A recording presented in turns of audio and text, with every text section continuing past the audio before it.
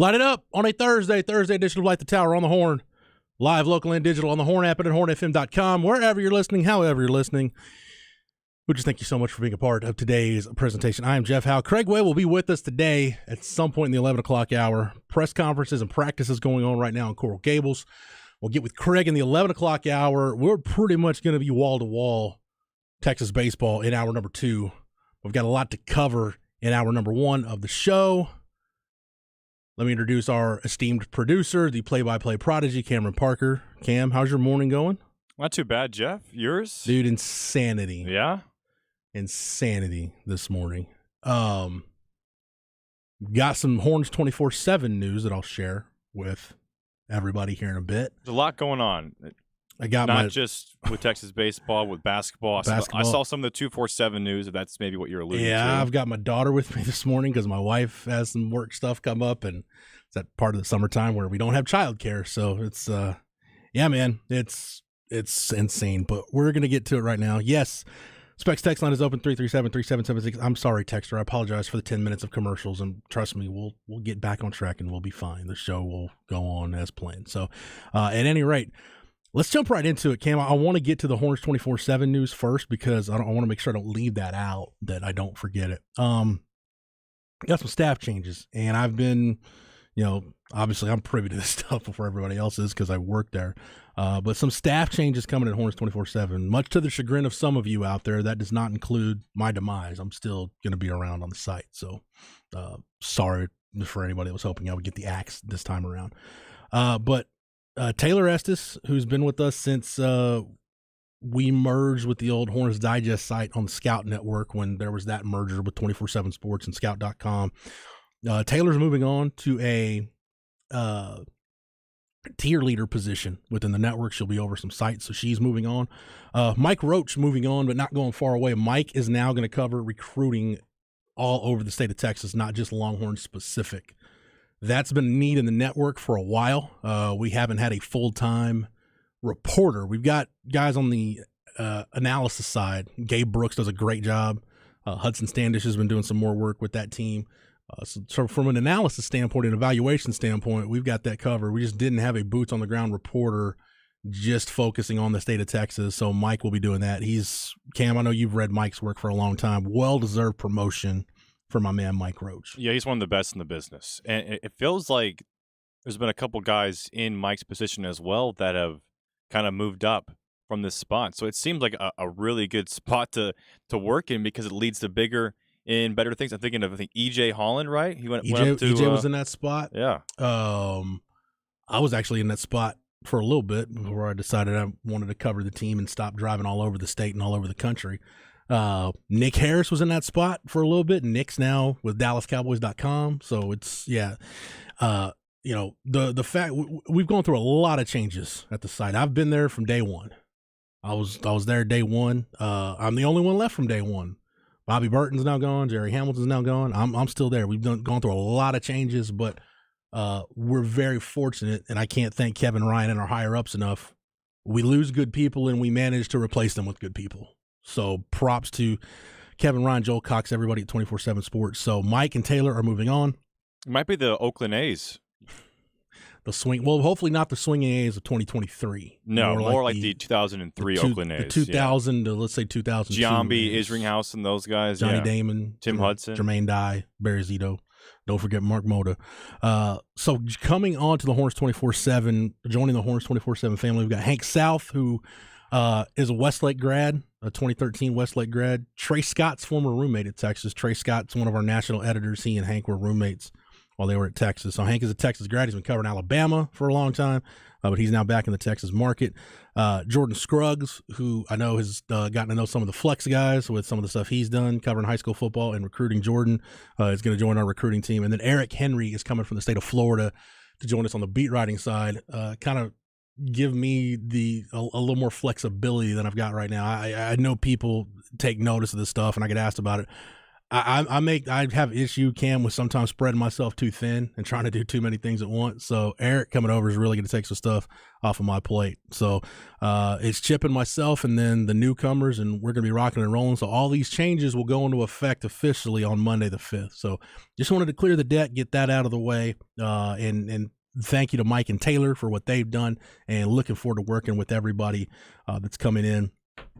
Whether you're coming in from within the network or you're coming in from afar like Eric is, definitely looking forward to continuing to make this brand as strong as we possibly can. All right, let's go ahead and we've got a couple of different things to talk about, namely with the Texas football stuff.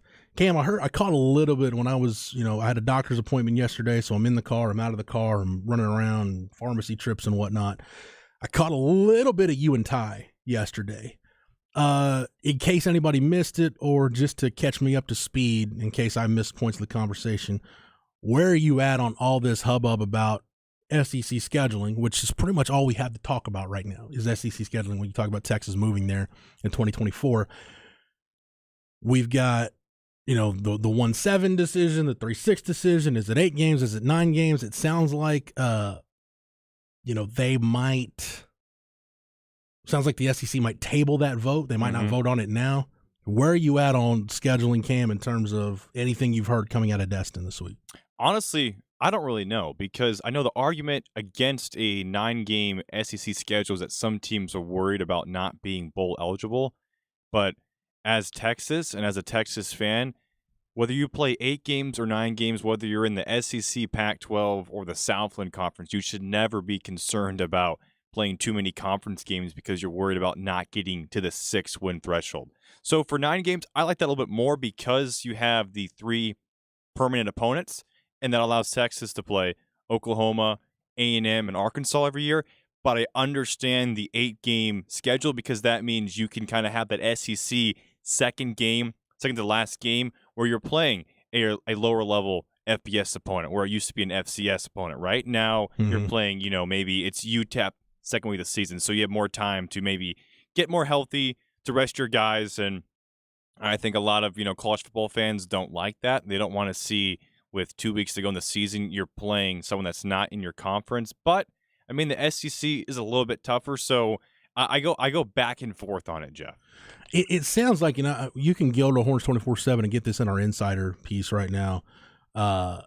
It sounds like there's still some traction to initially go to the 1-7 format, and then in 2026, maybe when ESPN/Disney has some more ducks in a row in terms of being able to free up some cash, they can change it. They'll go to the 9-game conference schedule and the 3-6 format that we've been talking about. So, because a part of it, and this was in, I believe, Brandon Marcello's post yesterday on horns247.com, was ESPN and Walt Disney, they've had a lot of cutbacks lately, right? And they just tied up a lot of money in Pat McAfee, a lot of money in Joe Buck and Troy Aikman. They're putting a lot of money in these talent. They might be getting ready to tie up some money in Shannon Sharp. There you go. Who knows how much he's going to ask for. So they're putting all their money on these top tier talent guys, but they're also, that means, cutting back on a lot of the production costs, which is including these TV deals. So does ESPN, can Walt Disney afford to have a 9-game schedule right now? Probably not, but you just mentioned in 2026, and that's probably a huge part of this as well. Yeah. So I heard you and Ty had an interesting take on this. I haven't seen Tyrus. I don't know if he's still in the building, but you guys were talking about permanent opponents. He favors Texas playing A&M in a 1-7 format over Oklahoma. Yeah. Dude, there's no way that'll fly with this fan base ever. No, and that's why we asked the Specs text line, and everyone came in as Oklahoma, except for Tom McKay. He wanted Alabama or Georgia, which I don't think they would want to face Texas as their permanent opponent every year. Nick Saban, the reason Nick Saban is against the 3-6 model is his permanent opponents would be LSU, Auburn, and Tennessee. Yeah, he's not too that's why Nick Saban's not too excited about the 3-6 format. And you throw Texas in there, that ain't gonna cut it. And then Georgia's got historic rivals that they've got to preserve: Tennessee, Auburn, Florida. So Georgia's got stuff they got to take care of. But who would be A&M's? It would have to be Arkansas, right? I think it depends on. I think it would depend on which group of Aggies you ask. I think the older Aggie fan might prefer Arkansas just because you got some history there. Go back to the Southwest Conference days, whatever. I think maybe the younger A&M fan would probably prefer LSU. But LSU would be Alabama, right? I would think so, or well, you'd have Auburn. That'd be that's be true. Alabama's That is very rival, true. Yeah. So, you know, the Iron Bowl. So that's probably the biggest one, right? Oh, dude, yeah. I mean, Georgia and Florida. Granted, people forget that Auburn and Alabama went without playing each other for what, like 40, 50 years, whatever it was at one point before politics got involved and they came back together and started playing each other again.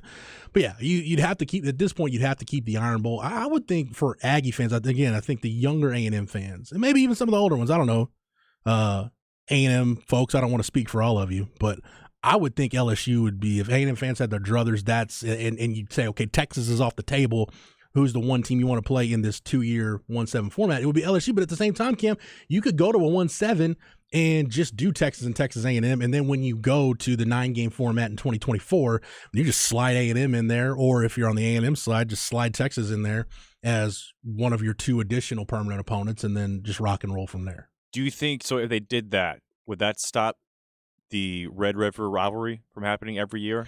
Dude, no, you can't do that. I don't think Texas or Oklahoma or what that game could mean now to the SEC to have SEC branding at the Cotton Bowl and to have that be an SEC game. I don't think there's any way any of the involved parties would let that happen. It would be, a quote unquote rotating opponent until it goes to the 2 years, depending on how you're looking at it. You could do it this way, certainly. I'm not giving any inside information, but you could do it this way. You could have A&M.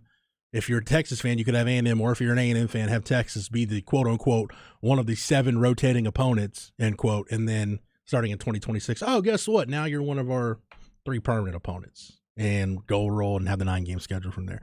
A couple other tidbits I want to mention. This is not our Longhorn Notebook. I want to talk Texas basketball in the Longhorn Notebook coming up here in just a few minutes. That's one of the many tidbits in the Insider. I found this interesting, Cam. We talked a lot about the Paul Chryst hire on this week's Longhorn Blitz podcast, which, by the way, was last night. So Wednesday nights at 8 o'clock is when the Blitz airs after the Flex show.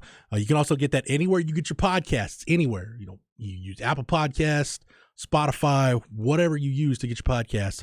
Just search Horns 24/7. That is Horns, the number 2, the number 4, the number 7. No dashes, slashes, or spaces. Squeeze it all together. Find the Horns 24/7 podcast feed. Click that follow button. You get every episode of the Blitz when it drops. We talked a lot about the Paul Chryst hire, and I mentioned this with you and Craig on Monday that I think people rightly, Texas fans rightly talk about what it could do for the run game coming off a year where you're missing Bijan and Roschon. You're kind of looking to revamp your run game, maybe dial up some different things, scheme up your run game a little bit better now that you can't just rely on those guys accounting for unblocked defenders and maximizing runs the way they did, they were 2 of the best in the country at doing it. If you look at the PFF numbers, just in terms of missed tackles forced and yards after contact and go into do the deep dive on those numbers.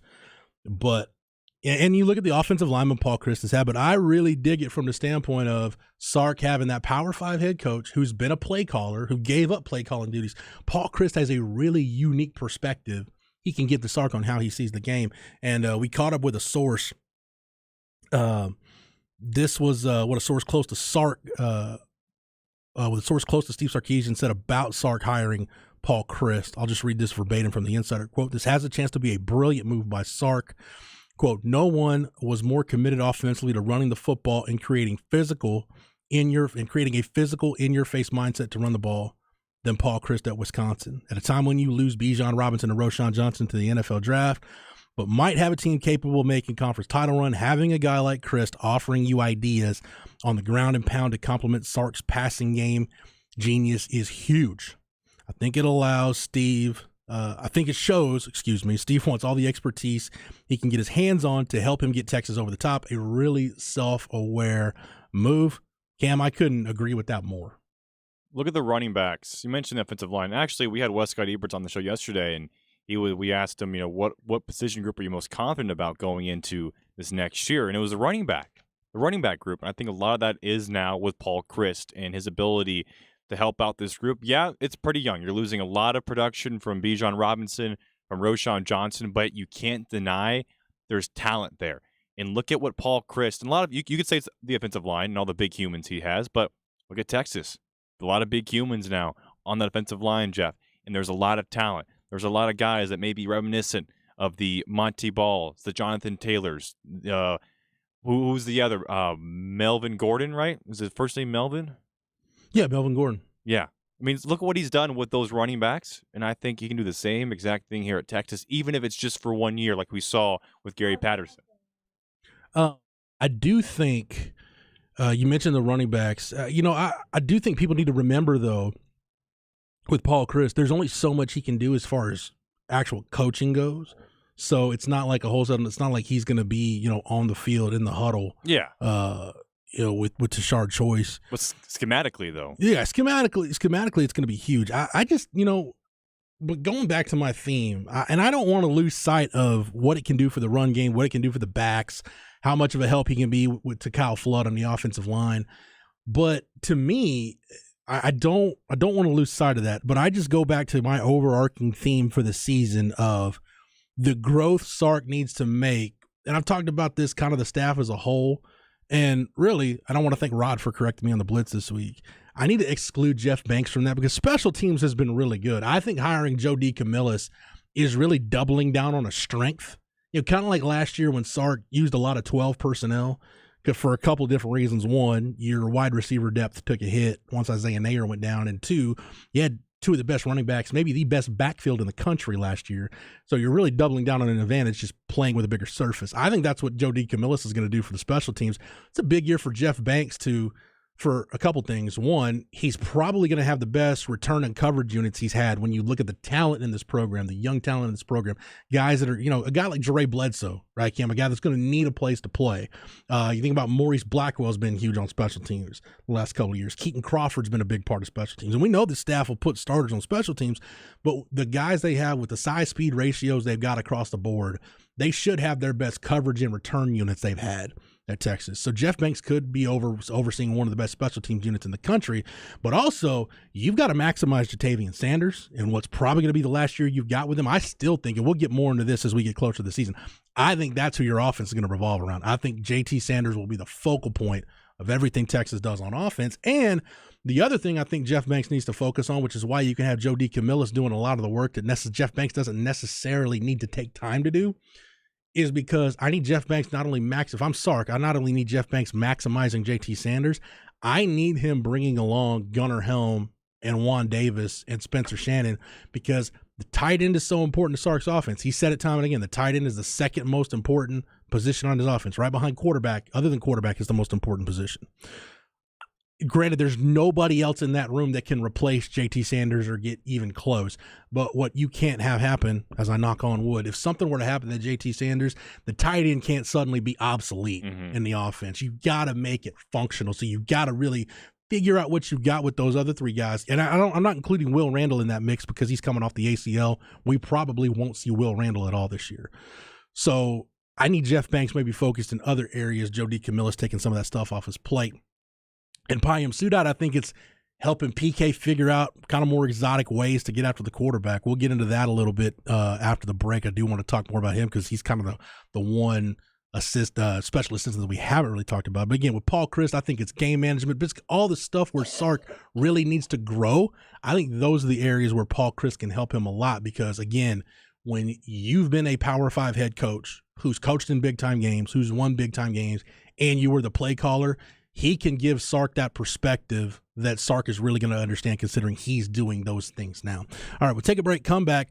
We'll continue the Texas football conversation, but also we have to talk Texas basketball. The big news last night, Dylan Mitchell's coming back. What does the Texas roster look like now?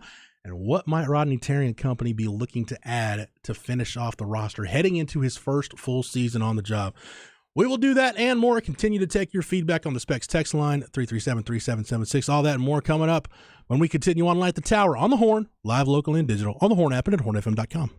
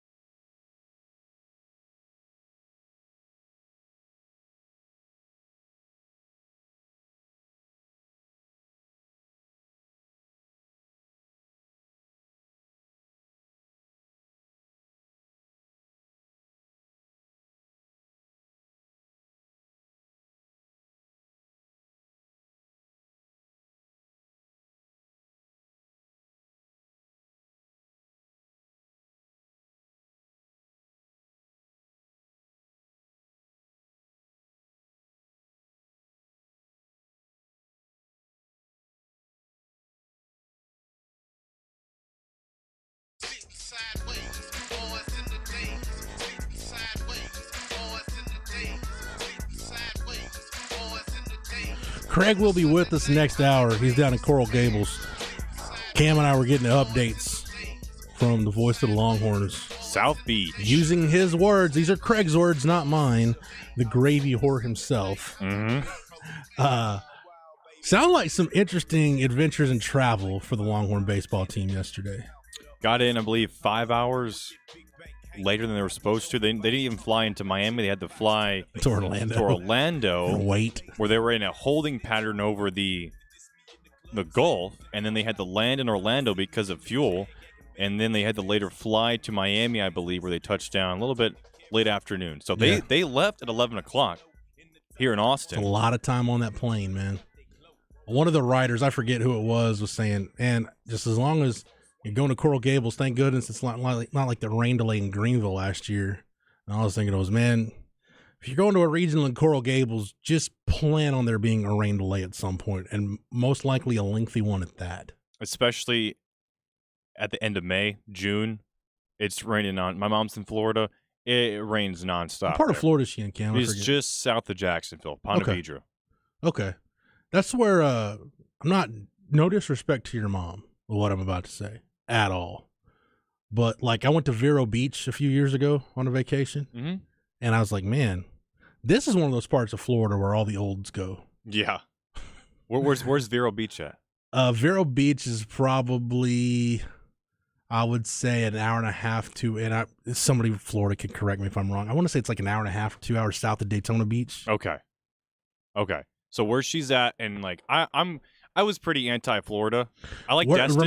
Where does your mom live again? She's Ponte Vedra. So her area. So you have Jacksonville. You have Jax Beach, which is kind of a college town, right? So it's a cool beach. It's great for surfing. That's a nice area. And then you have beaches a little bit south, closer to Ponte Vedra, where TPC Sawgrass is. So that's a little bit more upscale and older crowd. Yeah. So you can have the combination of just a quiet, more relaxed beach environment versus the college town beach, which is nice. So it's a good juxtaposition of two little cities. So, yeah, Vero Beach just really struck me as a retirement community. So Ponte Vedra Beach is 3 hours. 3 hours south of Vero Beach is 3 hours south of Ponte Vedra. Plus, you have St. Augustine, which is also a home of Flagler College, and you have Flagler Beach, which is just south of it. So, the only reason I remember Flagler Beach is that was on one of those.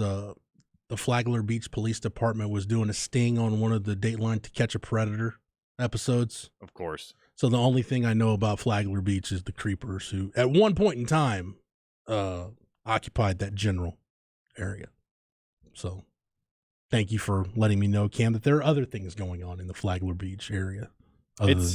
Other than the unsavory, the seedy underbelly of society. That's more like, I think, towards like, was the south part, because I've been to Miami. In Miami, it feels like a different country than Jacksonville, and that's the same thing for like Houston compared to El Paso. Yeah, pretty much. I've never been to Miami, but Craig is down there. Craig will join us coming up in hour number 2. Stoner, Vero Beach, long time spring training home of the Dodgers. Dodgers don't hold spring training there anymore. I want to say, I forget which hurricane it was, but it pretty much wiped out Dodger Town. So I'm sure Craig can tell us. Yeah, we'll definitely save that for another day. Pastor Smasher, thank you for reminding us that it is also the start of hurricane season in the Atlantic. So be on the lookout for that. The guys aren't dealing with any of that out in Vero. We actually just got a dispatch from the voice of the Longhorns. Got some audio coming from the press conference, which I believe has wrapped up down in Coral Gables. So we'll get to some baseball. But right now, let's go ahead and get to the Longhorn Notebook. Just to wrap up what we were discussing, and again, I'd encourage you to get over Horns 24/7 and check out the Insider. I do want to read this quote from the Insider, though, Cam, before we get off the topic of Paul Christ and the special assistants, and I do want to talk about Payam Sudat while we got time. This is a quote from Chris Del Conte and by the way, there's a lot of stuff in here from SEC spring meetings down in Destin. It's kind of an insider piece on what's going on in Destin. But this is a quote from Chris Del Conte about Paul Chryst and Steve Sarkisian hiring him. CDC said it's a move that shows Sark is quote unquote egoless.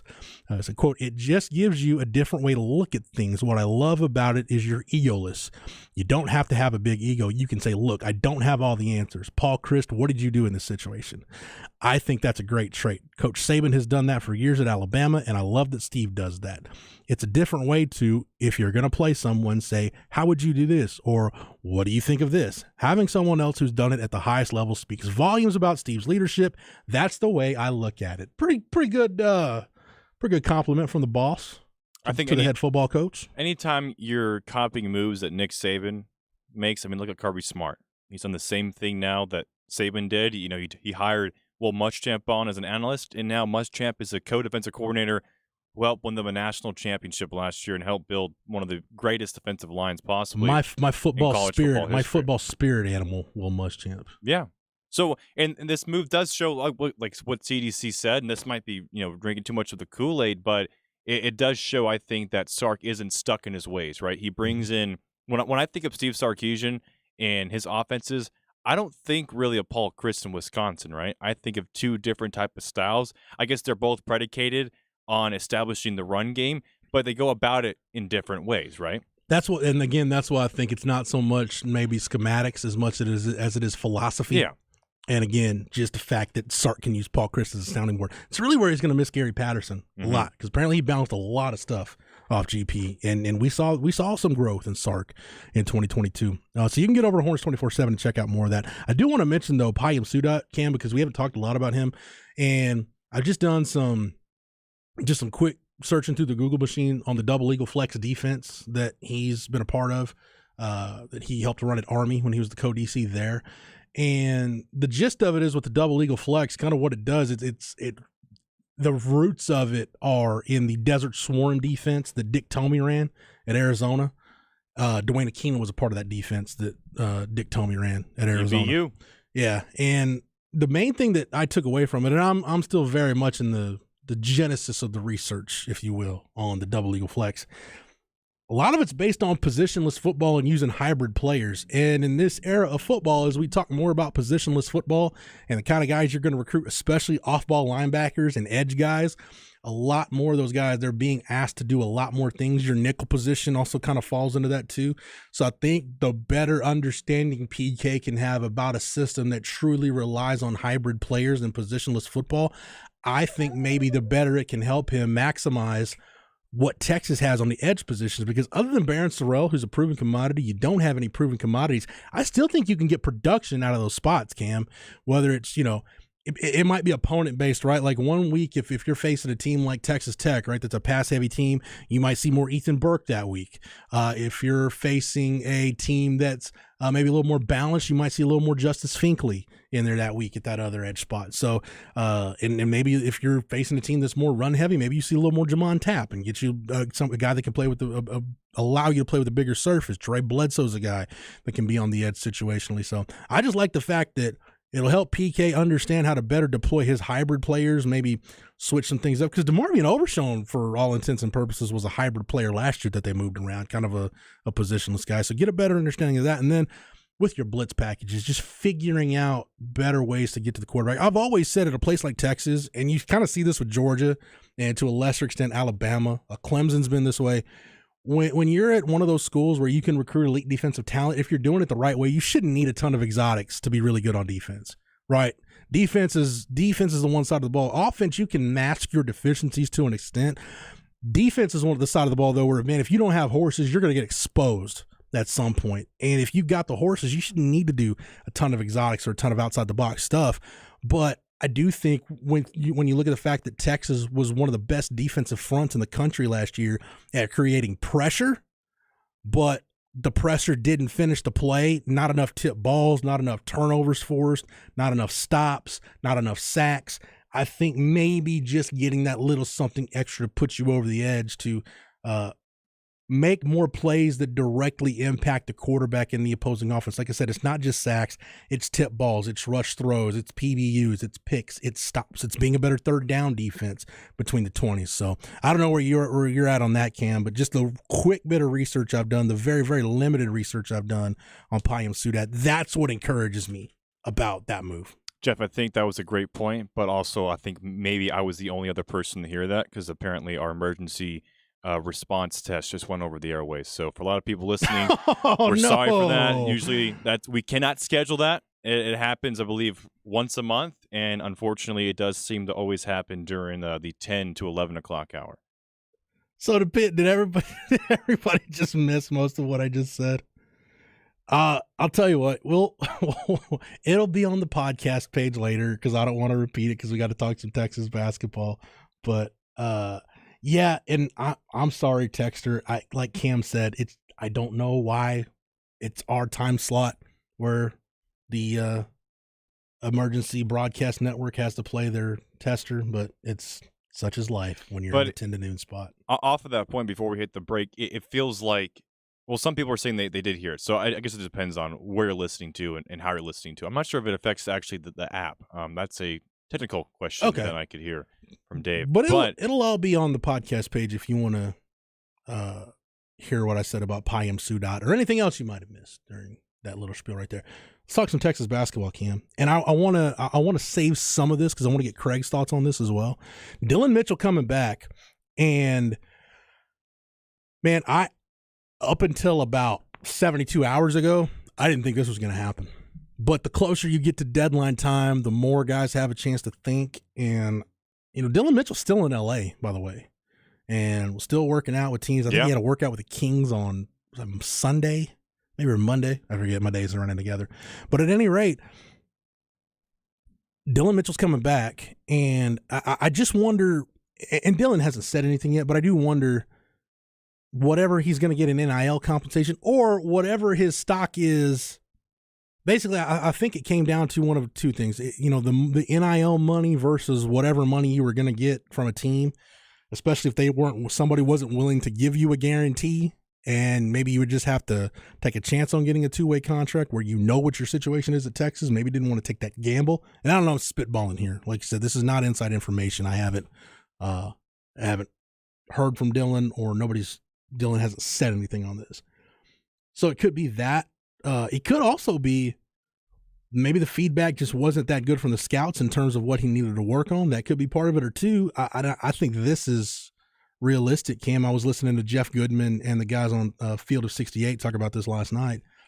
If Dillon Mitchell, if he has the same year he had at Texas this coming season, if the 23-24 season looks a lot like his 22-23 season, and he's going to be drafted right around the same spot, then you figure, okay, go back to school because next year's a deeper draft. Maybe you're more likely to, even if you just improve a little bit, like your athleticism, you're still going to have all those raw tools that teams like. But if you can show that you can take some of that to the court and even show a little bit of improvement, you can get yourself in the first round in what's not going to be as deep a draft next year. I saw some theories online this morning, maybe last night, was that with Shedrick coming in, and of course you have Zarek Onyema, maybe moving Mitchell to the wing. The problem with him playing the three is he didn't shoot he didn't take a single 3-point attempt single last one. year. And I went and looked at BartTorvik.com is a really good site. A lot of free analytical data on Bart Torvik. Does a great job. Bart does. And one thing that I looked at is Dillon Mitchell on his field goal attempts. Last season, let me pull up Dillon Mitchell's numbers real quick. Last season, Dillon Mitchell, on just his raw numbers on field goal attempts, he was 75 for 118 from the field last year. If you look at his splits on Bart Torvik, what Bart Torvik considers a quote-unquote close to, which a close to is anything 10 feet into the basket, from the rim out to 10 feet. Now, remember the numbers I just talked about. He had 175 field goal attempts. For Dillon Mitchell, 87 of those were on close twos. So an overwhelming majority, and he shot almost 80% of those shots, which for Dylan Mitchell, a lot of those were dunks. So a really high percentage. If you go 10 feet out, and we know he didn't shoot any threes, so basically from the free throw line extended to the 3-point line extended and in that mid-range area, 7 for 32. So you're talking about a wing player who really hasn't shown in game at the collegiate level that he's got a jump shot. Yeah. If he can improve in that, then yeah, he can function as a 3. Because if you think about it, like Timmy Allen in a lot of situations last year was your 3 at times. He could function as a 3. And I don't think we would say Timmy Allen from an athleticism standpoint. It's almost like Dylan Mitchell is bizarro Timmy Allen, right? Timmy loved the mid-range game. I always said, dude, analytics probably hate Timmy Allen, right? Takes a ton of mid-range jumpers, doesn't have a lot of dunk/layups, doesn't shoot a lot of threes. The analytics don't like him. They think it's a lot of wasted shots. Dylan Mitchell, on the other hand, has pretty much no mid-range game that we've seen to this point, but an uber athlete who can finish in traffic and be a dominant finisher at the rim. So Dylan Mitchell can function as your 3, but that's why I think Texas is still pursuing Arthur Kaluma, formerly of Creighton. Like he pulled his name out of the draft yesterday, and his agent was telling people, I don't remember if it was John Rothstein or Jeff Goodman that reported it. I've been following all those guys, and I know everybody's tracking this stuff down. I think it was Rothstein, though, that heard from Arthur Kaluma's agent that he will definitely not be back at Creighton. He was already in the portal, but he will definitely not be back at Creighton and is looking at other schools. And Texas was mentioned in there. Yep. Arizona was mentioned. I think Texas Tech was mentioned. Maybe Tennessee, Kentucky, Alabama. Kentucky, yeah, a lot of Kentucky buzz with Kaluma. So Texas is looking at Kaluma, and then I think take your chances with Kaluma, and then now that you know what the portal landscape is, you know who's there. Now you can really cull it and see, okay, let's go attack this guard. You need a guard with some length, and I think that either a guard/wing with some length and another guy who's just a pure shooter, I think is really what they want to add, which makes sense, which is for them, if you would have added Caleb Love and Cam Spencer, that would have been, for what they were looking for, it would have been a perfect finish.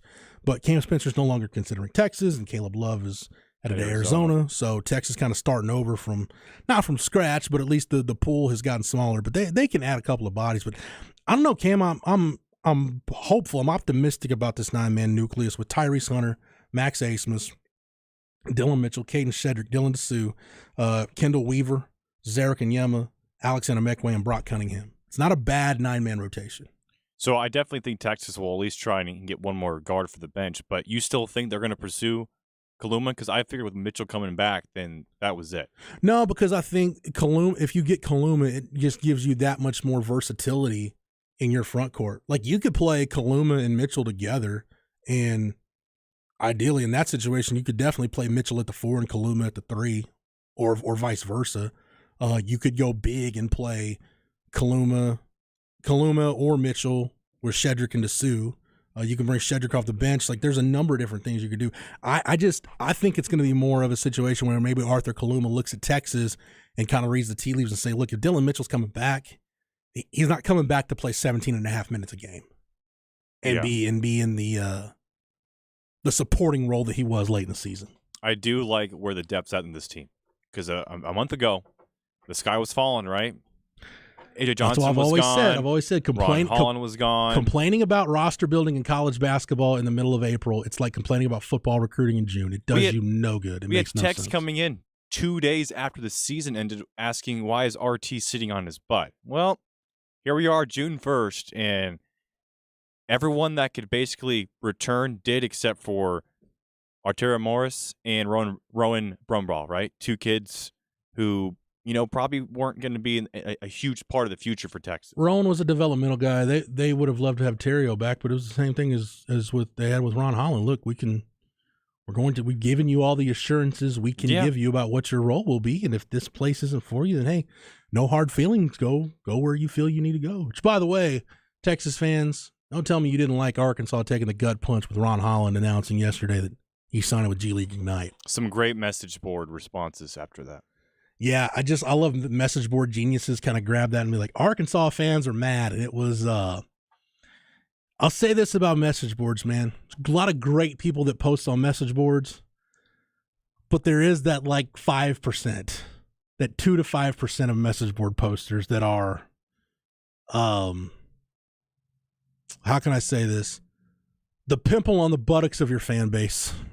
They're they're the ones that you're embarrassed that they wear your school colors or flash your school colors or support your program. Which percentage does the poster who said that Quinn Ewers was going to have a bad year because of the oil business surrounding his family? Is that the pimple 5% or the smart 90%? That was more of that's the pimple. Okay. 5%. Just double checking there. The pimple 5% is also I saw a post on the Purdue board that I think it was, gosh, what happened?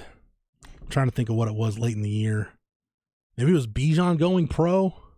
I don't remember, but they figured that was the right time to go poach Sark from Texas. I'm like, when has Purdue ever come to poach the head football coach at Texas? Just Texas fans, you can say a lot about your program, but in the annals of college football history, you can rest easy that you're on a higher rung than Purdue. Mm-hmm. So, speaking of inconceivable things, Inconceivable's next. That'll close out hour number 1 here on Light the Tower on the Horn, live, local, and digital on the Horn app and at hornfm.com.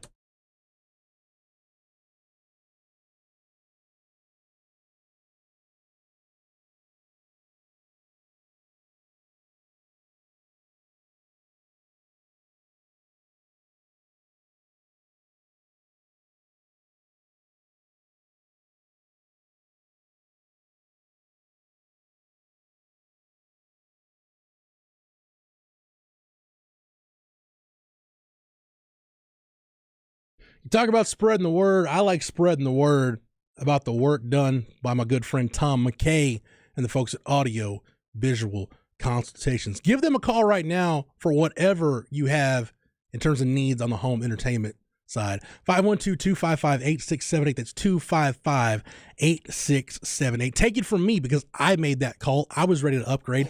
And what I love about AV Consultations is Tom McKay himself came out to my house, took a look at my living room where I wanted my new TV and where I wanted the sound system, laid out a plan. I thought, Tom, that's going to be way too big on that wall. And he said, just trust me, everything will work out. Well, you know what?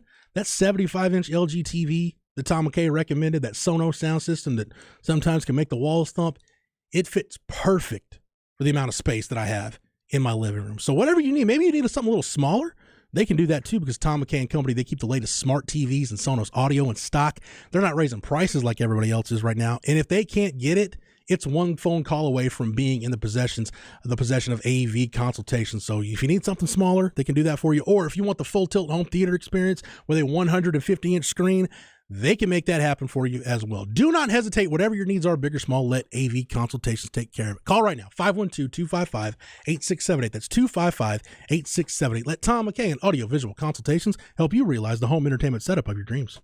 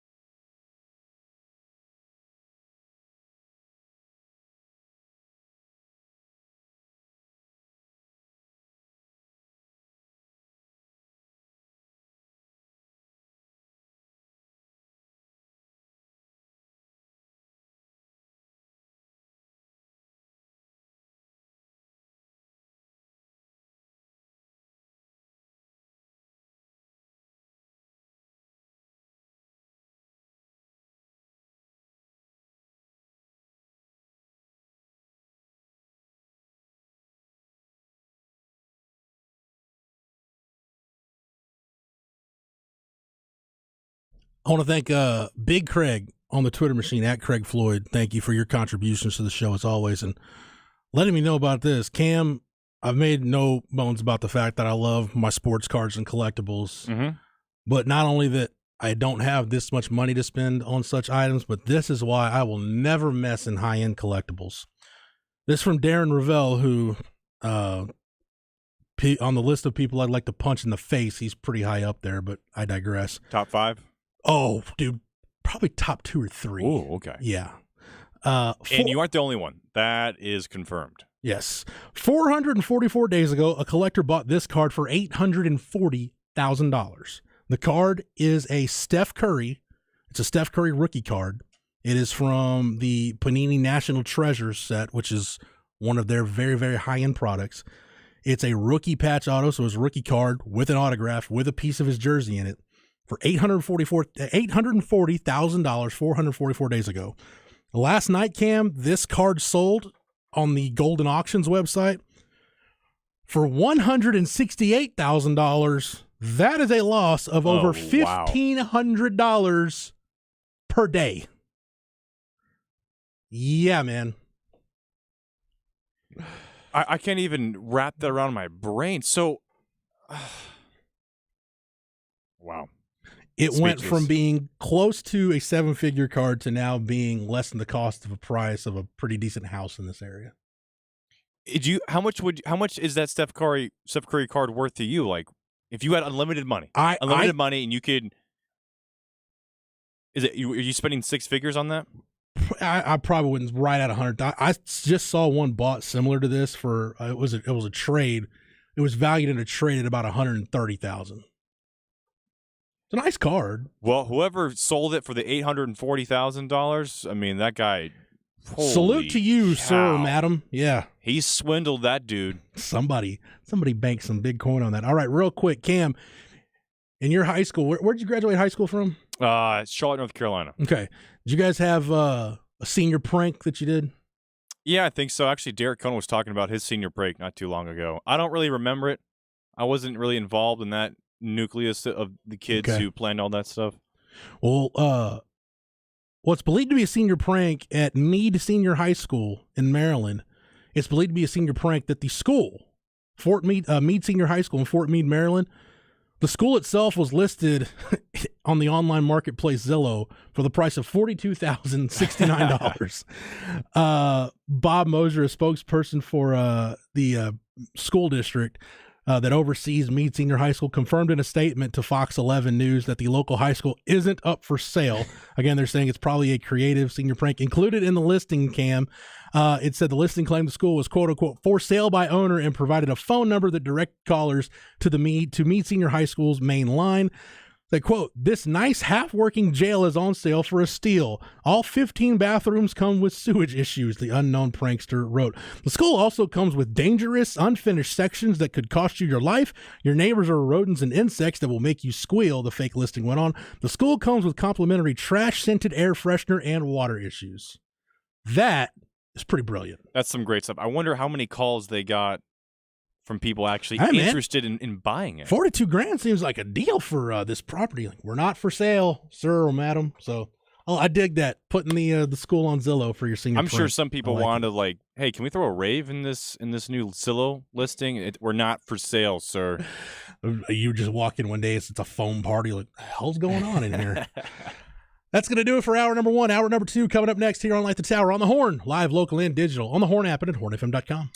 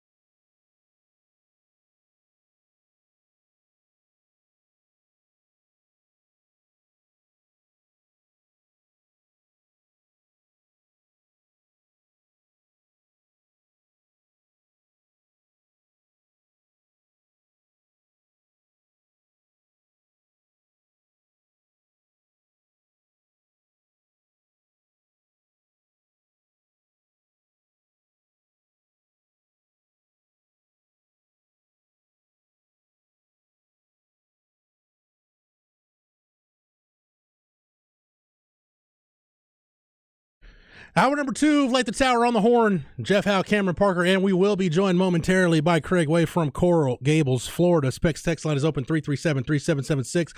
A lot of Texas football and basketball in the first hour. Going to get Craig's thoughts on the Dylan Mitchell return here in just a second. I didn't want to get his thoughts on that. But real quick, Cam, one quick bit of cleanup from Inconceivable. You and I saw this at the same time. That listing of the school for sale as the senior prank, allegedly, for $42,069. 420 and 69 crammed together is 42,069. Shout out that Specs Text listener for putting that together, because that makes sense. That is I heard 42,000. I was like, how do they get that number? Nah, it's just a high school kid. Wait a second. That is some serious detective work right there. Wait a second. Hats off to you, sir or madam. That is outstanding work right there. That's the kind of listeners that we have on Light the Tower. What was your senior prank? Our spending senior, a day in jail? Well, no, that would have been senior torture day if we'd have done that. No, our senior prank was the school was having some kind of budget crisis. I think it was like they overpaid to get the new high school done or something. It had gone over budget. So our idea was, as we walked across the stage, we each handed the superintendent a quarter to help with the budget crisis. And when he stopped accepting quarters, people were just dropping them in front of him. So that was kind of our senior prank. That must have been so humiliating for him. We wanted to help with the budget crisis, and the class of 02 was doing their part. So a man who I'm sure knows about a good senior prank. Man, forget senior prank. When you had smoke hall at school, you didn't need senior prank. Let's bring in Craig right now. Live from Coral Gables, Florida. The press conference is wrapped up tomorrow. It's Texas and Louisiana in the Coral Gables Super Regional. 12:45 pregame, 1 o'clock first pitch here on the Horn. He is the voice of the Longhorns, and again, using his words, not mine, the gravy whore extraordinaire, Craig Way. Craig, how's the weather in South Florida? Oh, it's about like what you'd expect, Jeffrey. Swampy? Yeah, it's a good way to describe it. It's Roger Wallace has a lot of experience down here. He has a sister who lives here. He has nieces and nephews. His mother, before she passed away about a year ago, was retired and living down here. So he made a great many trips down here, and he favors the word oppressive, and that's probably the way it is. It's pretty hot, it's pretty sticky, and pretty humid right now, but the Longhorns are on the field as we speak. They're taking batting practice right now as we speak. As you mentioned, they had a brief press conference this morning. We're going to bring that to everybody coming up at the bottom of the hour. It was, like we said, it was brief. Each team, I have to tell you, Jeff, I've been, broadcasting and covering regionals for the Longhorns for 21 years now. And so far, this is about as well run a regional as I've come across. Nice. The folks here, very professional and very helpful. I got a Facebook memory today of 6 years ago today when the Longhorns were on the field at Blair Field in Long Beach going through that. And they were nice people out there and everything, but it was kind of a mess. And there was no formal press conferences and a lot of not sure where you're going to set up to do your game broadcast, let alone any talk show thing or anything like that. Here, they're like, oh, no. You park in this lot. It's close by, and here's where you set up. And there is one downside to it. We are outside. We are out of doors. So they said you might not want to leave your equipment set up overnight because we have the tendency to have rain. And I said, yeah, you're right. So when we get done, I'll pack up the stuff and move it out and all that. But they have a canopy that will protect us from rain that might happen during the game tomorrow, and that is a concern. There is concern about the forecast throughout the course of the weekend, but I'm also told it's always like that this time of year. Afternoon showers. I mean, it was beautiful this morning. Temperature in the 70s and clear blue skies. Well, now clouds have kind of moved into the area, but it's still kind of hot and humid. So it's like that. But they had a formal press conference there, and like I said, it was a brief one there because the Texas media here, the only two Texas media present at the news conference were me and Roger Wallace. Now, there were others participating on the Zoom. Danny Davis from the Austin American Statesman, Dennis De La Pena from Fox 7, and so there were different ones who asked questions on the Zoom that they had. But we were the only ones, and a lot of folks are still making their way down here as well. So I know that for a fact as well.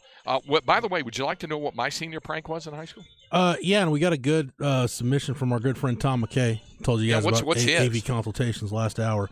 Released a cage of chickens chased by greased pigs. Well, you know what?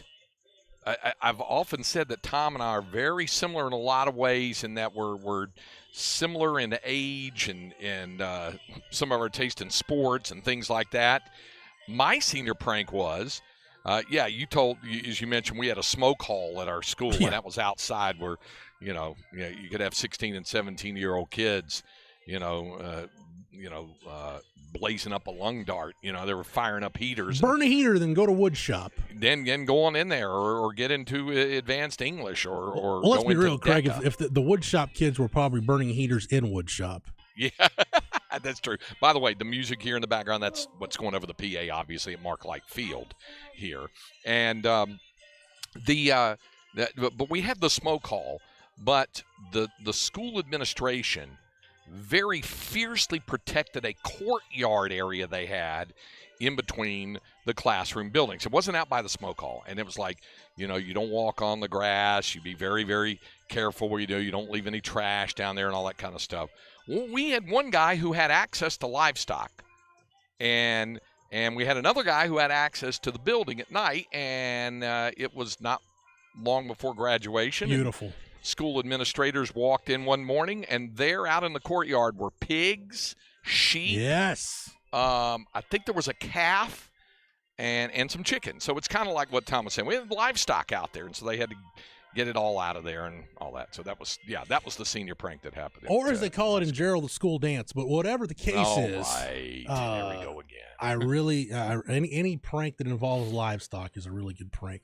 Craig, but before we talk about Texas baseball, I want to get your thoughts on Dylan Mitchell coming back to the basketball team. Cam and I talked about it last hour.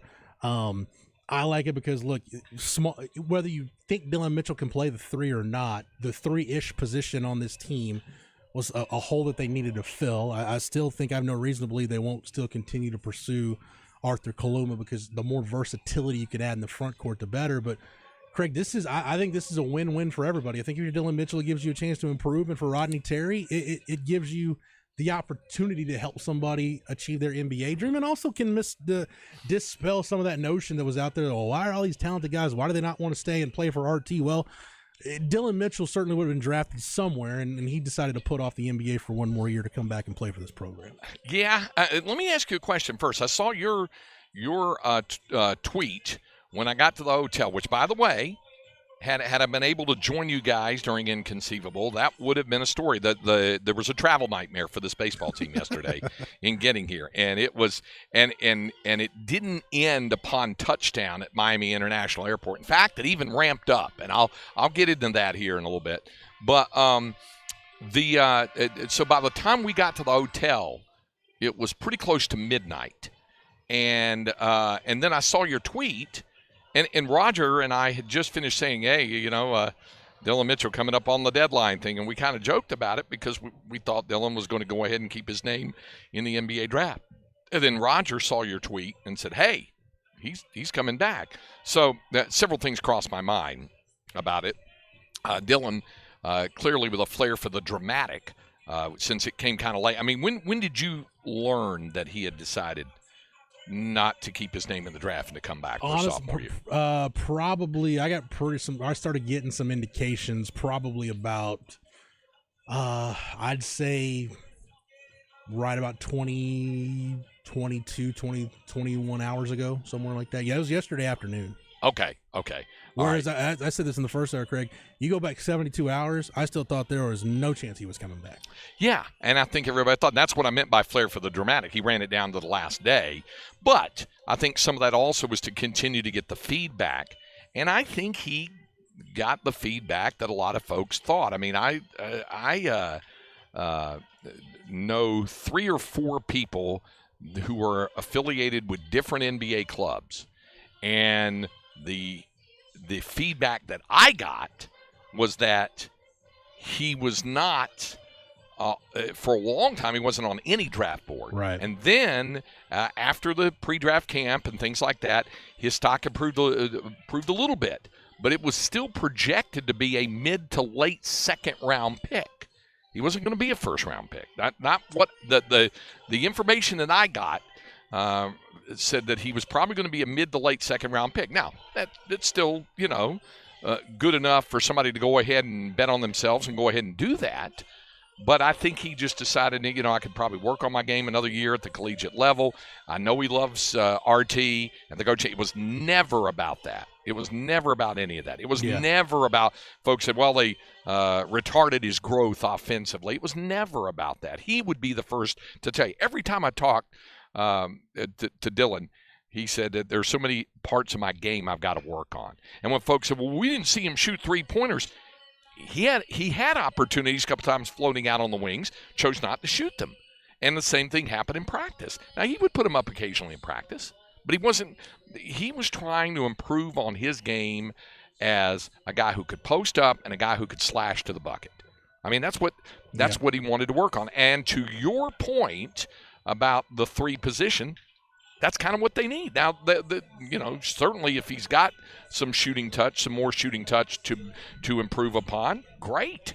And that's a bonus. But they're going to work on his total offensive game as well as what he can do and be a rim protector and rebound, because we know he's so crazy, freakishly athletic on the field. So I'm excited for it. I'm glad he's coming back. You know what I was getting worried about, Craig, and somebody brought this up on the flagship message board at Hornets 24/7 last night, because it was probably about 9:30, and I'm like, okay. And I'll tell you what really piqued the deal for me when I realized, okay, I think this thing is turning. I had talked to a Texas source who was pretty steadfast that it was a done deal, that he was leaving, and it said, don't know, waiting on final word like everybody else is. So I'm like, well, that certainly changed. And so it's getting down to it, and we're waiting, and it's like 9:45, and we're like, okay, it's getting pretty close to deadline time here. And somebody said, well, he's out in LA. I really hope he doesn't think he has until midnight local time to do it. I'm like, man, I really hope his agent is on the ball with the whole Eastern time bit. But yeah, it got done. Actually, people were wondering that, Craig, with the two TCU guys, because nothing was announced with Damian Ball and Emmanuel Miller last night, and people were thinking, man, did those TCU guys think they had like till midnight Central to pull out? But as it turns out, Damian Ball is staying in the draft, and Emmanuel Miller's coming back to school. But crisis avoided. I did say, Craig, in the first hour, I said, Timmy Allen functioned as a three at times for this team, and they played so much three guard late in the year, it really didn't matter. It was all positionless at that point. But I said, True. Timmy Allen functioned as a three. So Dylan Mitchell's like bizarro Timmy Allen. Like, whereas Timmy Allen lived on the mid-range game and just kind of veteran savvy, now you're going for a guy like Dylan Mitchell who's shown little to no mid-range game and is just this uber running jump athlete who's a nasty finisher in traffic. And credit to Bizarro Dale Dudley on the text line, who reminded me that there is only one Bizarro, and that would be Bizarro Dale Dudley. So I apologize for referring to Dylan Mitchell as Bizarro Timmy Allen. Well, I think even Bizarro Dale Dudley could agree that there's. I mean, he got that from obviously clearly the Bizarro Superman, the Bizarro Seinfeld, all that kind of stuff. So I think he'd probably be okay with a Bizarro, a Bizarro Timmy Allen. Yeah, which is kind of bizarre to consider. Craig, I didn't listen to any of the Zoom because I was, on air doing some mediocre radio and trying to get the greater Austin area through their pre-lunch hour. Do we know who's starting this game tomorrow? It's going to be Lucas Gordon. Okay. And, in fact, I think Danny Davis even asked David Pierce that, so we'll hear him talk about it. But it was, there was a great deal of consideration went into this. Because Louisiana's most productive hitters are right-handed hitters. However, their splits reveal something a little bit different. So it's not as easy as right on right, left on left. And so and this is going to be a severe challenge for Texas. And I think keeping the Cajuns off the base paths is paramount. We know about the 161 stolen bases, but it's about more than stolen bases, because in talking with David Pierce about this, he says that, it's not like they get out there and run 8-9 times a game or whatever. They have a lot of stolen bases, but they really averaged about 3 per game. Some games they had more, some did. But when they do get them, a lot of times it puts you in a really tough spot. So keeping the leadoff guy, he says it reminds me when he was coaching at Sam Houston and at Tulane. He said it reminds me of playing against Augie's teams. Keep the leadoff guy off base. And if you can largely do that and get out number 1, you're really helping yourself a lot. So that's part of the parcel of that. So we're going to hear the press conference coming up. Before we do that, I know we're also going to have a Flex 30 update. So we'll have that. But I do need to tell you about the team getting here last night, because it was a bit of a challenge. Cam and I were just getting some dispatches from you, and it sounded pretty rough. Well, everything started off normally enough. They had a little bit of delay before we were able to take off from what was supposed to be the scheduled departure time, and that was the plane that they were using to take the team and the travel party was late getting in. It was late getting in, but it did, and it was okay. And the team goes through. For people to say, well, charter travel's so easy, you don't have TSA. Wrong. Every single person is wanded and screened and sit down in the chair and stick your feet out and all that other kind of stuff, and they go through all your carry-on bags there. So no, that's a process. Did you have to deal with someone wearing a rubber glove, Craig, or no? Was there none of that involved? Well, there were TSA individuals there who were wearing gloves. However, I did not have to worry about anything other than the wanding. So no cavity search. Good time. So right there, you're off to a good start. Yeah. So it was okay. So so then the plane takes off, and we're all en route, and we get going for a while, and then it starts to get a little bumpy, and we kind of figured that because we're heading to an area where there's afternoon thunderstorms and things like that. So it gets a little bumpy and a little bumpier, and then the captain comes on and says, "Okay, folks, here's what we're dealing with. Because of storms all across Florida right now, they're slowing us down, and they're kind of rerouting us a little bit differently. We're going to have to take to the runway when we come in an easterly coming in from the west instead of from the east, or we're going to have to come in from the east instead of the west. In other words, they're going to have to swing out over the Atlantic Ocean and come back in." So okay, and he acted like no big deal. It was just going to add a few more minutes. Okay, fine. Then about 30 minutes later, he's back on. It's like, so what we're looking at now, they've really kind of slowed us down quite a bit. Because of this and the storms, so much so that we're now low on fuel. So we're being diverted to Orlando. So we're going to go to Orlando, and then we're going to refuel, and then we're going to be on to Miami. And it's only about a 35-minute flight from Orlando to Miami. So we'll get you there as quickly as we can. I mean, we were already looking, well over an hour late of what was supposed to be the scheduled arrival time. So we land in Orlando, and we sit for a bit, and then finally the refueling trucks come over, and then they refuel, and so then they fill us up, and then we sit a little bit longer, and then we take off. And so the whole delay was probably about an hour on the ground in Orlando. So then we take off, and so then we're going from Orlando down to Miami, and again it gets a little bumpy and this and that and all, but we land. So landed. Probably a little over, I would say, 3 hours later than what was scheduled. So we land and we sit for a bit, and I knew that we were not landing. And this is one of the things about the charter flights, as you know, you land on a different side of the airport, or at an FBO, as they say, a charter terminal. You land over at that, and that's where they would bring in the team bus. Well, I was also part of a group of 4 who would be picking up rental cars. Now, normally, the rental cars are right there at the FBO. They deliver them.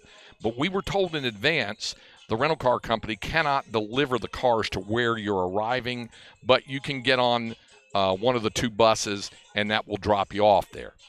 And in visiting with Carly Todd, who's handling the operations for the baseball program, and she was one of the ones who had cars, so she said, you know what, I don't even want to bother with the 2 buses. We'll get an Uber XL for the 4 of us, whatever, we'll go over. I said, okay, fine.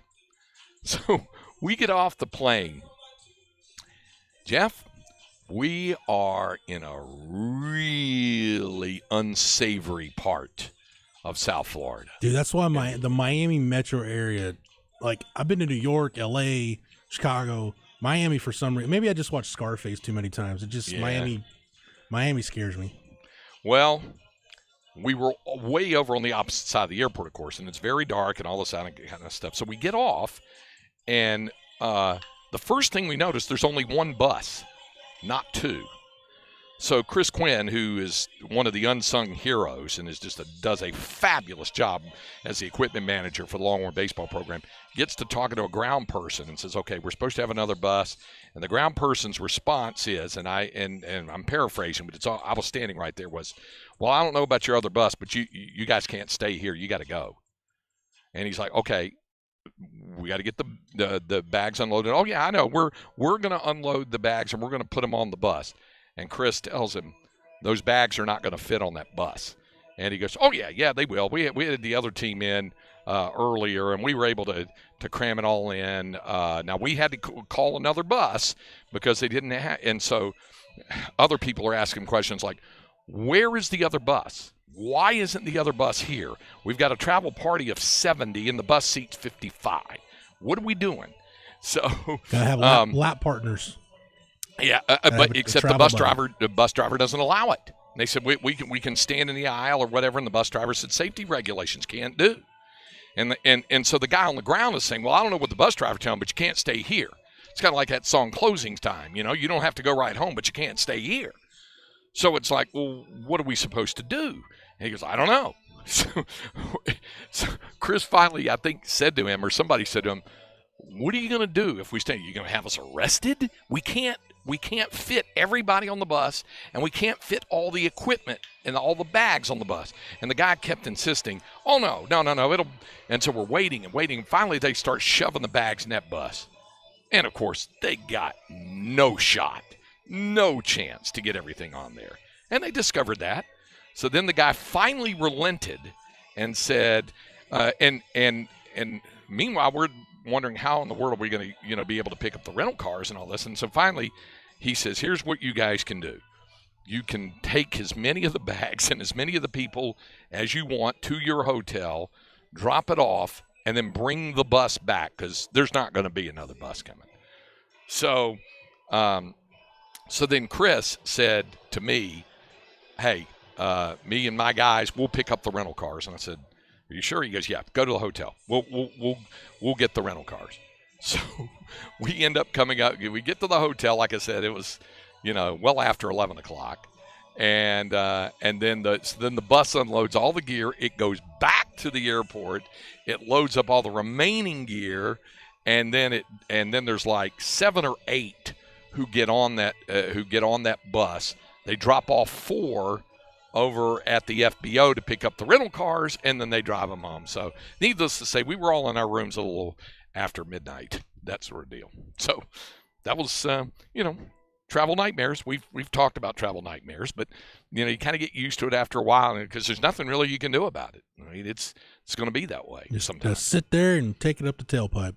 It is. Now, and like I said, we had all kinds of concerns like, what's it going to be like now? What's it going to be? The hotel is nice, and everybody's been great here at the ballpark.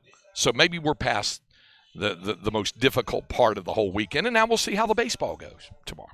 Toward that end, we're going to bring you the news conference. It was a little while ago with David Pierce, Jack O'Dowd, and Eric Kennedy.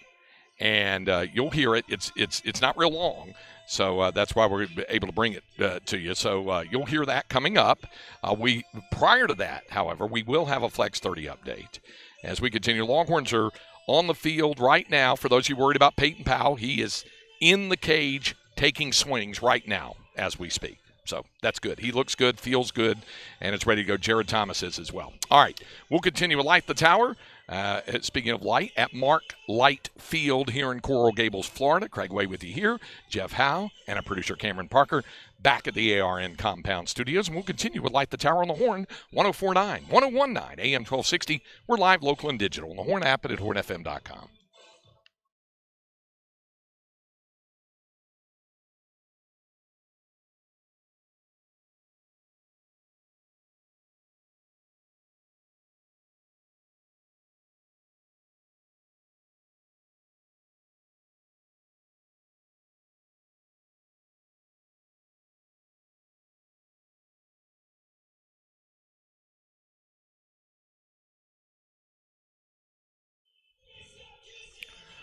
So here in South Florida, they always are concerned about the weather and rain and thunderstorms, and that is the concern going into this baseball regional this weekend.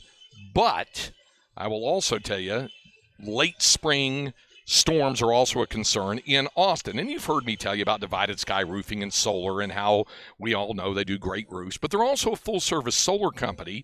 And now we're about to get into our hottest season, and we all know that's when higher power bills start arriving. So why not be prepared and save money this summer with a new Timberline solar shingle roof? Or maybe you already have a solar system, but no backup battery. Well, then you'd be wasting money, because with a backup battery, you're able to use all of the power that you make instead of giving it back to the power company. The batteries are now covered by the Inflation Reduction Act, so you get that tax credit, and we can all certainly use that. John Hardy and his staff are solar experts. They can repair and service your existing solar system. You know, the other roofers you hear about are just selling you a solar roof. Divided Sky Roofing and Solar can repair and service your existing solar system. They're a true resource, and they help extend the life of your system. Trust your roofing and solar needs to the experts. Our friends at Divided Sky Roofing and Solar, 512-995-ROOF. It's TEC license number 37397, or check them out on the web at dividedskyaustin.com.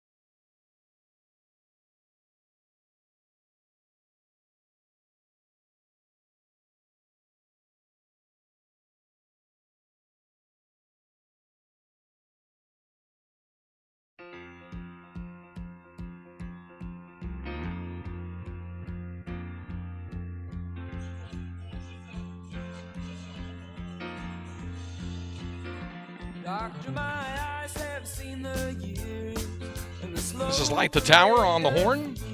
Craig Wade, Jeff Howe with you. Texas Longhorns on the field right now at Mark Light Field, or the actual full name, Jeff, is Alex Rodriguez Park at Mark Light Field. And I guess when you give the baseball program $4 million, you'll get your name put on the facility. That's what we were told. Maybe the most disliked person in sports, A-Rod. He's up there, right? And he might be here this weekend. I was told he comes out to several games. So there's a decent chance we might see him around here this weekend. Hey, so, real quick, Craig, I know we'll talk more about this tomorrow, but I think certainly longtime Texas baseball fans know how good this Miami program is. But I think people a little bit younger probably forget the history that Miami has in baseball. Whether it was Ron Fraser, Jim Morris, it was a really, really good program for a really, really long time. During the 80s and 90s, it was one of the true blue blood programs in college baseball. It's funny you mention that because David Pierce is we're going to hear in a minute is almost echoes that word for word. And you're right. You do have in this regional the two programs that have been in Omaha more than any other. Texas at 38 and Miami at 25.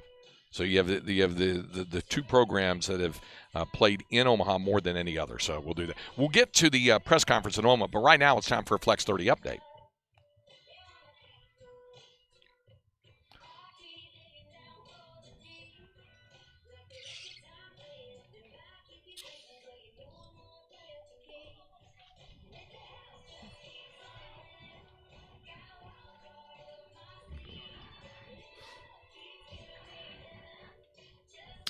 Okay, UIL state softball tournament's going on, as we know, all this week over at McCombs. No area schools left in that, but there are 3 area teams still competing in the playoffs of baseball. It's the state quarterfinal, regional finals, the state quarterfinals, and, Cameron Parker knows all about those Taylor Ducks that we've had a lot of conversation about, and they had game 1 against the vaunted China Spring Cougars last night.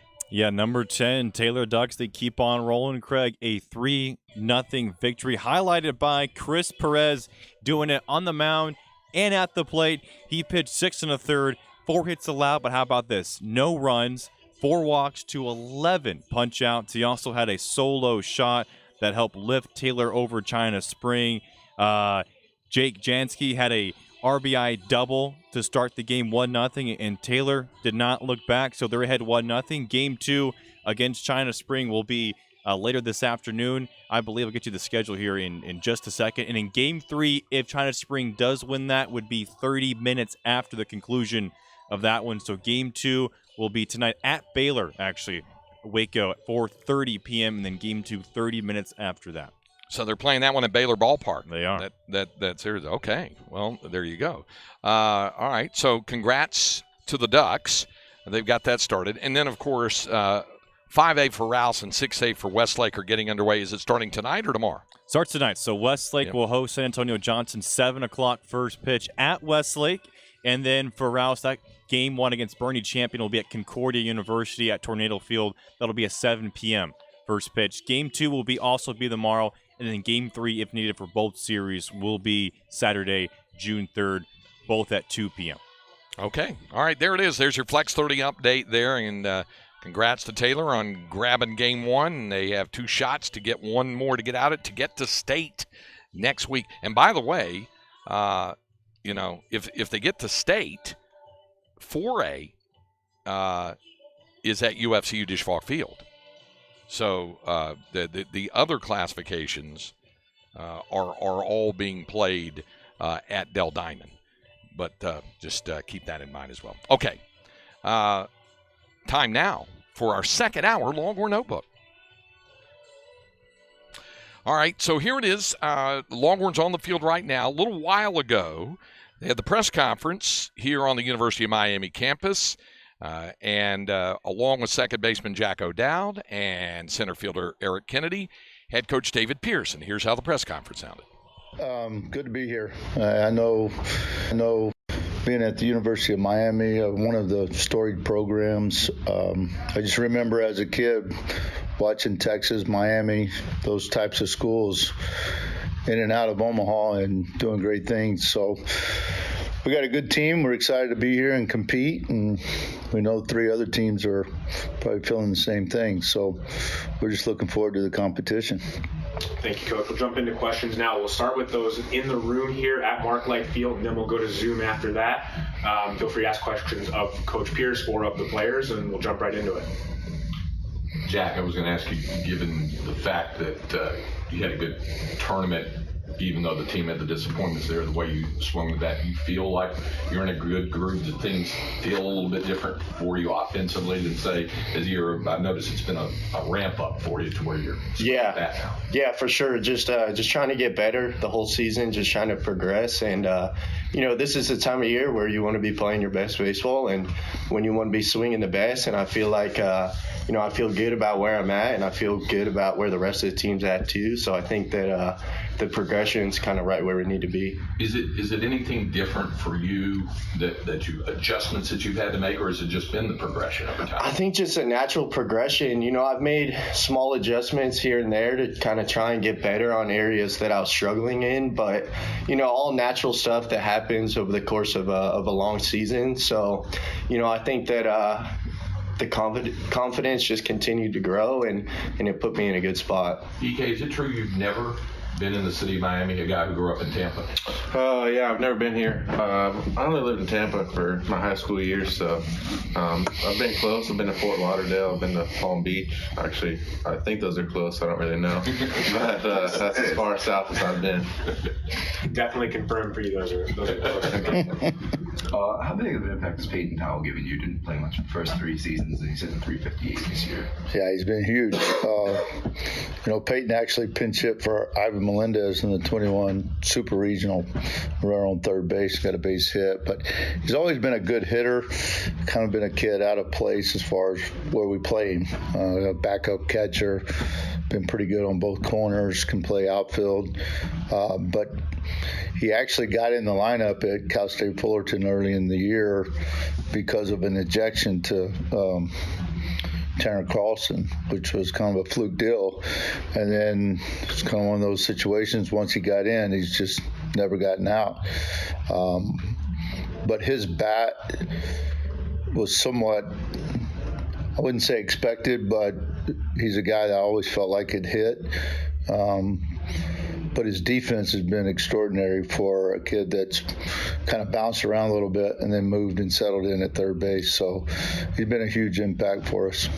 For a team that won 5 in a row to close the regular season against San Jose State, who's in the other region we'll pair with, and sweeping West Virginia in the year, what do you feel is your most consistent part of your team's play right now? Our most consistency would be, I think, defensively. We've been really good all year. We've taken care of the baseball, and then we've shown really good signs of our offensive approach, and we've had good success there. And then our starting pitching.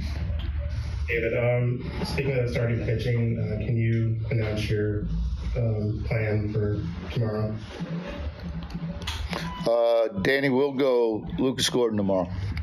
Yeah, I know you guys are about to go practice out there, but what are your thoughts on the ballpark, and is there any challenges that you know about this park? Well, I've only been in the dugout so far, but just looking at the surface, very nice. Looks like it's going to play true. Well manicured. I know their groundsman has been here 20 years and knows what to do with the weather and how to manage the dirt and the grass. And so the surface looks great. Just the environment looks good. I think the biggest issue this weekend is how we deal with the weather, and we've got the right type of people in place, I'm sure, here to take care of that. So, yeah, we just don't know enough about it yet, but on the surface, it looks good. Hey, Coach, can you give us the latest on Tanner and what you expect out of him this weekend, and just how much of an X factor he'll be in this regional? Yeah, he's extending every week. He's been our number 3 starter somewhat as an opener. We feel like he's getting closer and closer to extending without worrying about pitch counts. to a point, but he can be big for us. You know, he's got a big arm, but he's got experience. He's got a real competitive piece about him. So he's progressing right.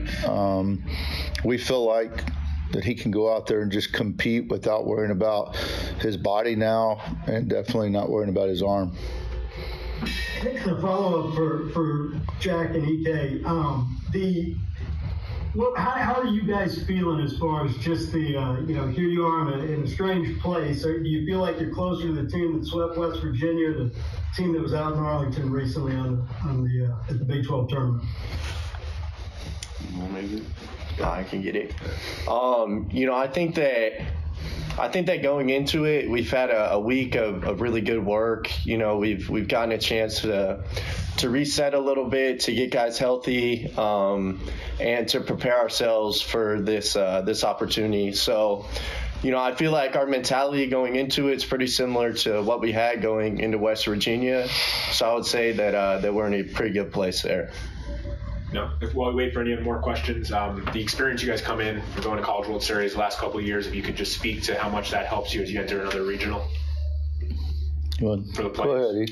Go ahead, yeah, I think it's crucial. We got several guys on this year's team that have been on the biggest stages in Omaha, and we've been on the road for Supers. I think, having that experience for the younger guys and, kind of teach them how to handle things is going to be crucial for us. It's going to be a great environment here, and we're going to need every advantage we can get. So I think, that experience that we carry with us is going to be big for us.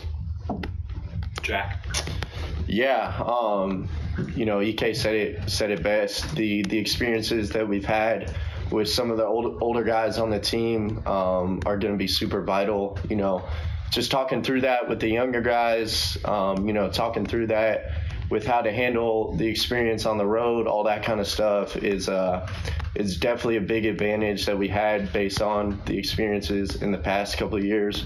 But just it's another fun opportunity, and I'm looking forward to it, and I know the team is too.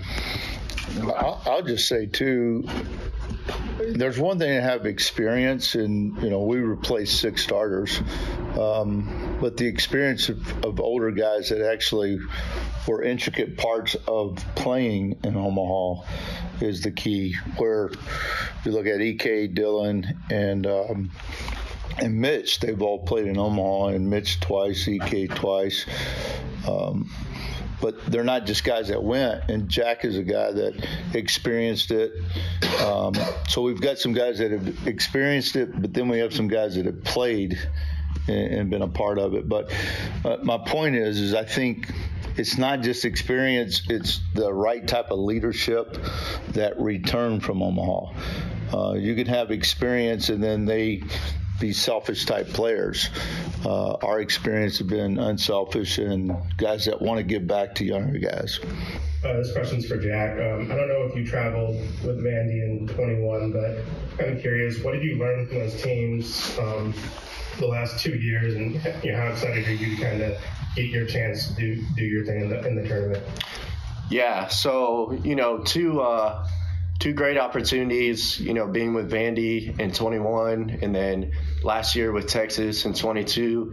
Two very different teams, but two great teams. And, I learned a lot just about, kind of like Coach Pierce just said, about leadership, about how to handle yourself in big environments. Even though I wasn't actually on the field playing in those past 2 years, I feel like I learned a lot so that, when I do get the opportunity to get on the field myself, I knew that I wanted to be ready, and it's an experience that I've wanted to have, for the past couple of years. So I always told myself, when I was in Omaha, when I was in these tournament runs the past couple of years, I'm going to try and get as much out of it as I can so that when, I am on the field and playing, I'm going to be ready and I'm going to be able to help, not only the team, but help younger guys with that experience as well. And I feel like that's one of the biggest things I took out of it. And I'm really glad that I looked at it that way, because I feel like I'm in a good position moving forward now.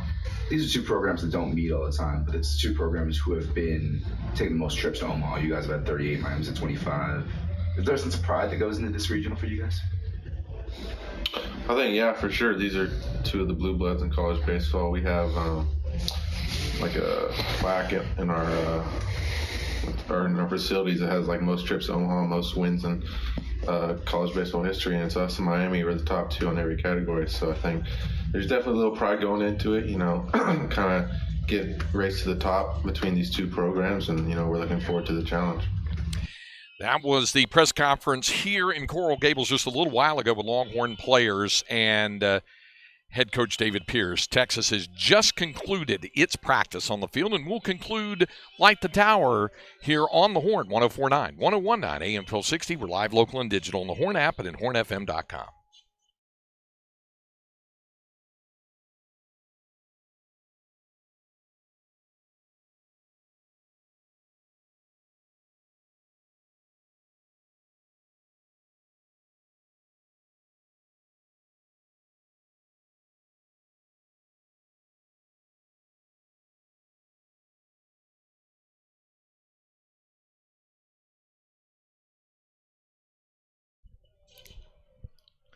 I noticed that a lot of the NCAA regional games that will be going on tomorrow and Saturday and Sunday and some even into Monday, the vast majority of those are going to be streamed, the digital platform from ESPN+. There'll be other games that will be televised as well. The question is, do you have your home entertainment set up the way you want it? If not, you need to be in touch with our good friend Tom McKay in Audiovisual Consultations, because they can help you get the home entertainment setup, whether it's the 75-inch HD TV, the surround sound, and you don't have to worry about the mounting and the bracketing and the equipment, let alone having to go out and venture into the big box stores to pay an overpriced amount for a TV, because Tom and his staff are keeping the prices down. Tom keeps it very, very competitive in the marketplace today, and he and his staff can get you hooked up.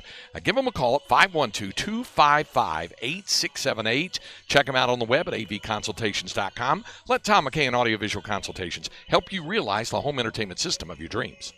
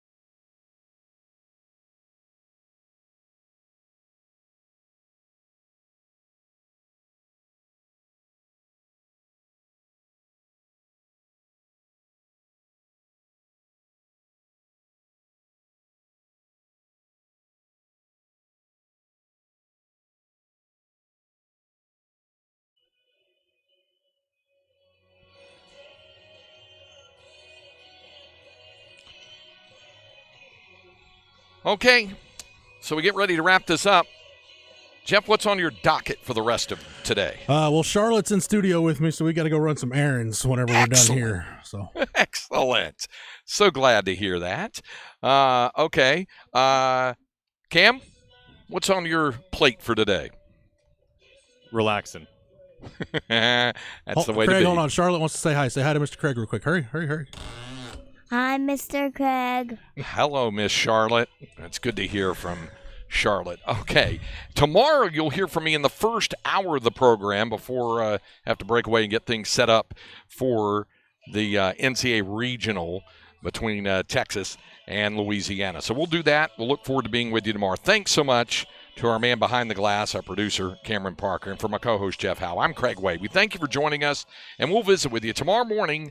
Stay tuned now. Chad and Zay are coming up next, and we'll be back tomorrow morning at 10 o'clock with Light the Tower.